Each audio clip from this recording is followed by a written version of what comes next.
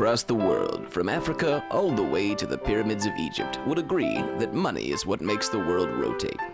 Old ladies use money to buy seeds for their quaint little gardens. Children use money to buy bubbled gum for the sake of chewing it in between their teeth.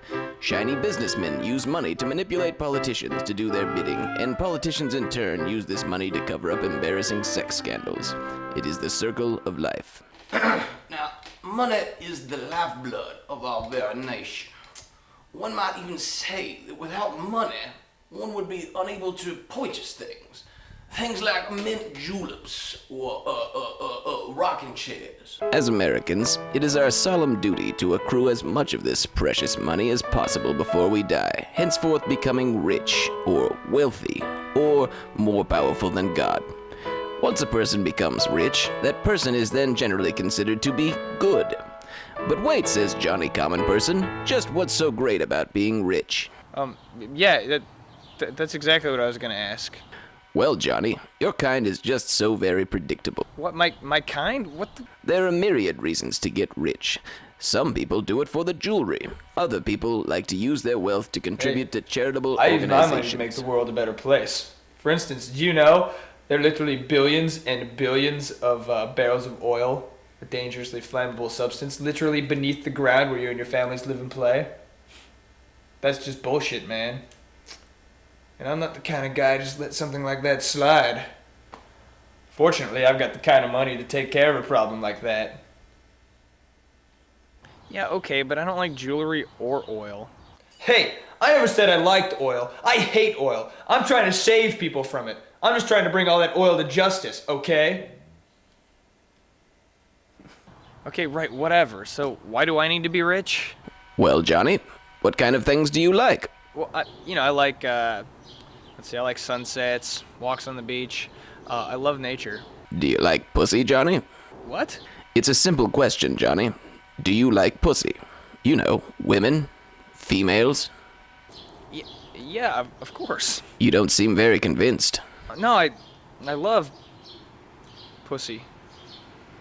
Well, nothing attracts women more than the smell of success. By that I mean they love money and will do anything for it. I'll have sex with any man for enough money. For enough money, you can do pretty much anything to me. And most girls I know would pretty much do the same thing. But then again, I am a prostitute. So we gonna party or what? You see, Johnny? You heard it from her. All women are essentially prostitutes. How else can you explain why I never got any action until I started raking in big dollars from the narration game? Yeah, well, you might... But don't just take my word for it. Listen to this professional political man. Money is the air that nourishes the lungs of our democracy. One might even say that money is the cartilage that makes up the nose, ears, and kneecaps of our great republic. Now, sometimes people ask me, Senator Magadoos, what's it like being rich? And I say, if you were rich, you'd know, wouldn't you? Now get your mangy peasant ass back in the kitchen and fetch my creme brulee. Well, okay, I'm convinced. How do I go about becoming rich? That's the first non-retarded question you've asked all day, Johnny. There are two simple and time-tested ways to accrue large sums of money. You can, A, ask your rich father for large sums of money. A particularly good time to do this is when he's pulling out of the pretty maid that works in the kitchen. If that doesn't work, you can, B, withdraw money from your sizable trust fund account by bribing the bank manager with the money your parents gave you to travel Europe for the year by yacht. But my parents aren't rich. In fact, my mom's dead and my dad's in jail. Jesus, Johnny, you're not going to make this easy, are you? Well, do you at least have a job? Yeah, of course. You're not an English major, are you? Oh, God, no. Well, that's a start. Try attending a get-rich-quick seminar, like the ones given by Laird Avalanche. What I teach in my class is that there are literally thousands of ways to get rich in this country full of saps, but you gotta be willing to do what it takes. You gotta just grab the world by its nutsack and just twist that fucking nutsack in your hand and then just punch the fucking nuts inside the nutsack and then put it into a meat grinder and make fucking nutsack hamburger out of that fucking nutsack and then put the hamburger onto a pan and cook it. Okay, you wanna get rich? You should, because being rich is just awesome.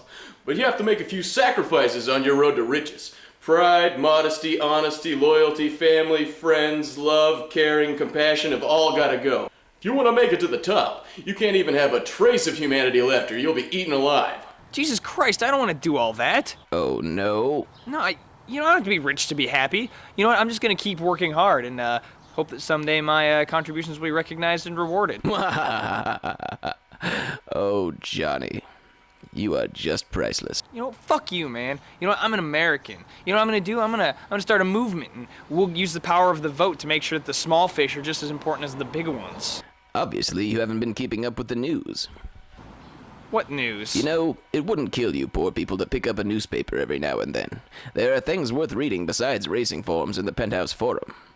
2 days ago, Congress passed a bill that will only recognize the richest 5% of the population as legal citizens. Now, it is absolutely ridiculous to pontificate that the founding fathers of our great nation intended the phrase, all men are created equal, to include the non-rich.